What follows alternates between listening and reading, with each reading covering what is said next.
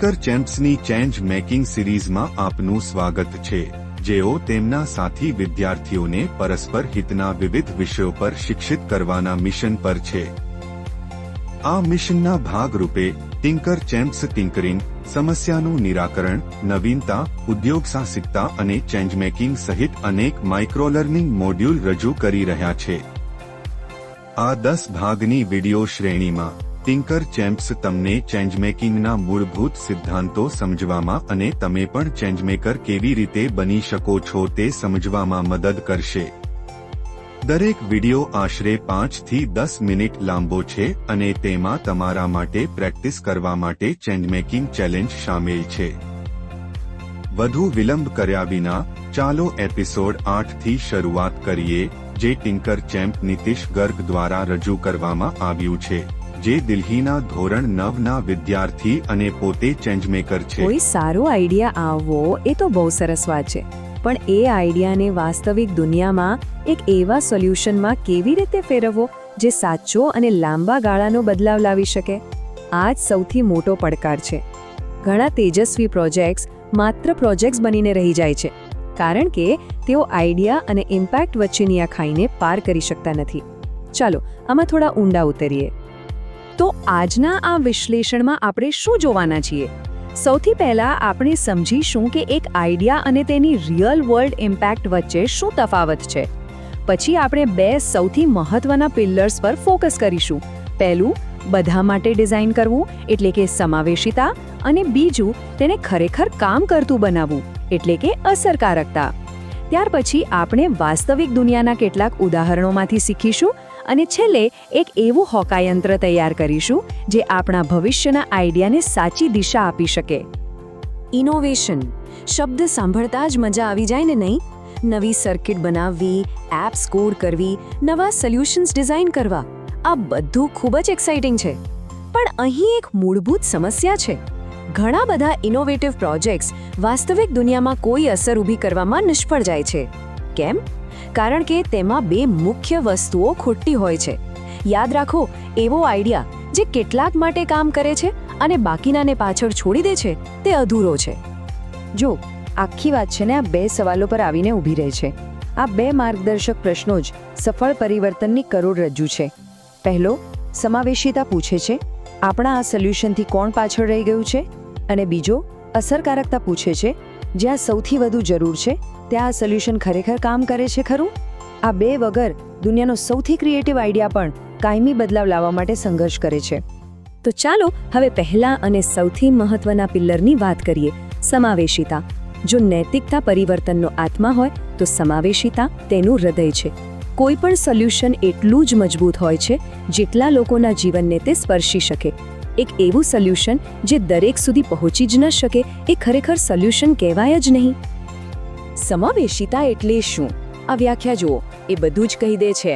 આનો અર્થ માત્ર થોડા ફીચર્સ ઉમેરી દેવા એવો નથી, પણ ડિઝાઇનના મૂળમાં જ સહાનુભૂતિ રાખવી એ છે.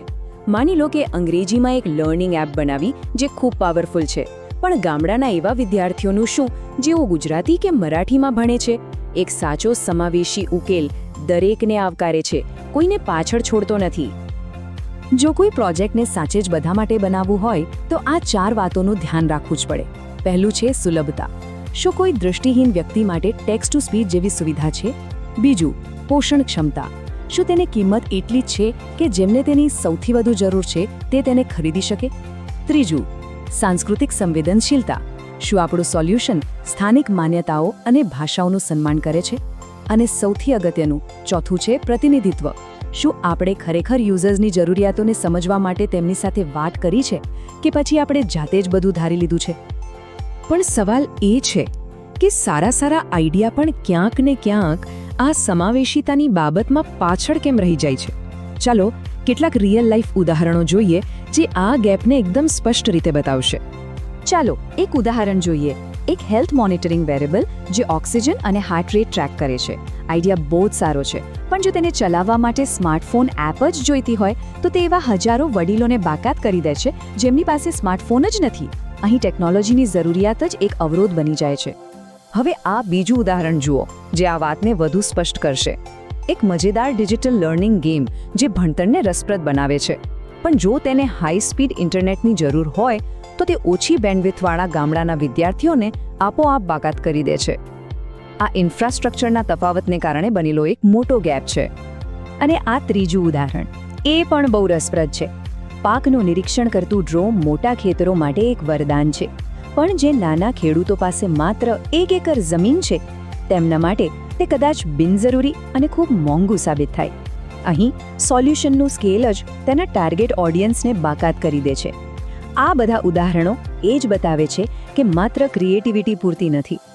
તો સમાવેશિતાની વાત તો કરી, પણ હવે આવે છે બીજો એટલો જ મહત્વનો પિલર, અસરકારકતા. માની લો કે આપણો પ્રોજેક્ટ નૈતિક પણ છે અને સમાવેશી પણ અંતિમ પરીક્ષા તો એ જ છે કે શું તે વાસ્તવિક દુનિયામાં જ્યાં તેની જરૂર છે ત્યાં ખરેખર કામ કરે છે. કોઈ પણ આઈડિયાને વાસ્તવિક બદલાવ લાવવા માટે વ્યવહારુ અને ભરોસાપાત્ર હોવો જ જોઈએ. અસરકારકતાને આમ સમજી શકાય એ છે ને એક પ્રોમિસિંગ પ્રોટોટાઇપ અને એક રિયલ લાઈફ સોલ્યુશન વચ્ચેનો બ્રિજ છે.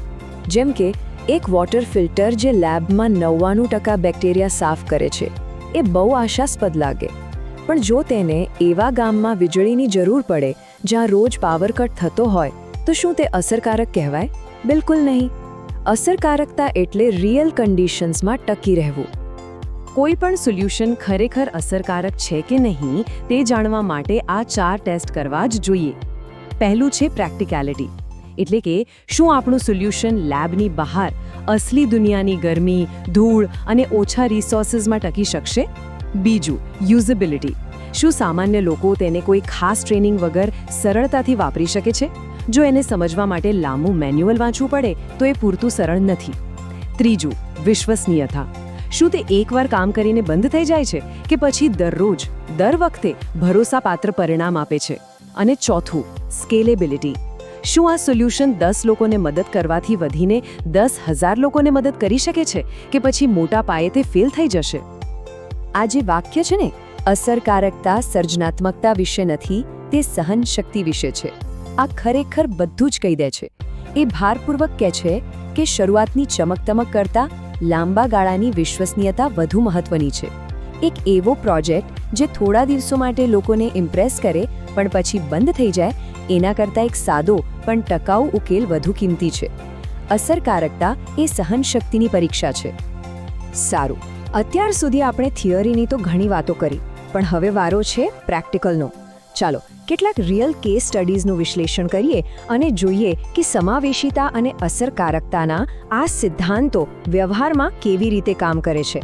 આ ઉદાહરણો આપણને થિયરી અને રિયાલિટી વચ્ચેનો સંબંધ સમજવામાં મદદ કરશે.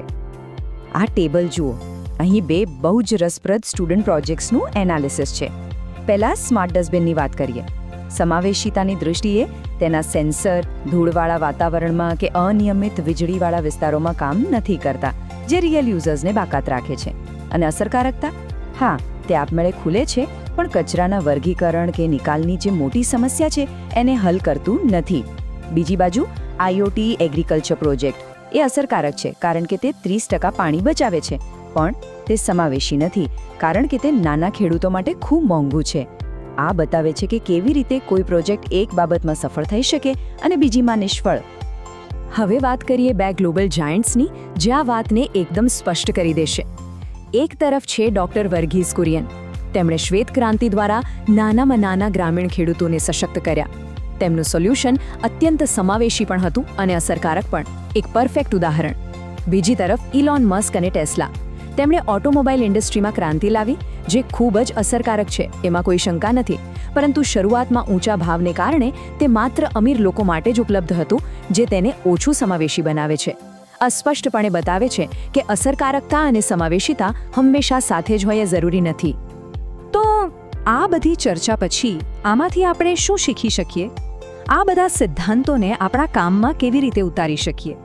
હવે આપણે એક સિમ્પલ ટૂલ પર ધ્યાન આપીશું, એક હોકા યંત્ર, જે આપણા આવનારા દરેક આઈડિયાને સાચી દિશા આપવામાં મદદ કરી શકે છે. આ રહ્યું એ હોકા યંત્ર. બસ આ 4 સવાલો છે જે કોઈ પણ નવા આઈડિયાને સાચી દિશા આપી શકે છે. પહેલો, શું આપણો સોલ્યુશન લેબની બહાર રિયલ દુનિયામાં કામ કરે છે? બીજો, શું તે બધા માટે પોસાય તેવું અને સુલભ છે?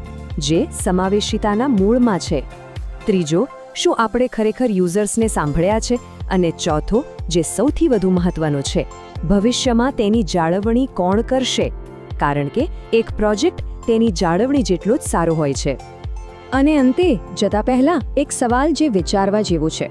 પોતાના છેલ્લા પ્રોજેક્ટ વિશે વિચારો. તેમાં કોનો સમાવેશ થયો હતો અને કોને અજાણતા બાકાત કરી દેવામાં આવ્યા હતા? આ સવાલ આપણને આપણા પોતાના કામનું મૂલ્યાંકન કરવા અને આ શીખને તરત જ લાગુ કરવા માટે પ્રેરણા આપે છે. યાદ રાખજો, ટેકનોલોજી આપણને પાંખો આપી શકે છે, પણ સમાવેશિતા અને અસરકારકતા જ આપણને દૂર સુધી ઉડવાની, લાખો લોકોને પ્રેરણા આપવાની અને સાચો કાયમી બદલાવ લાવવાની શક્તિ આપશે.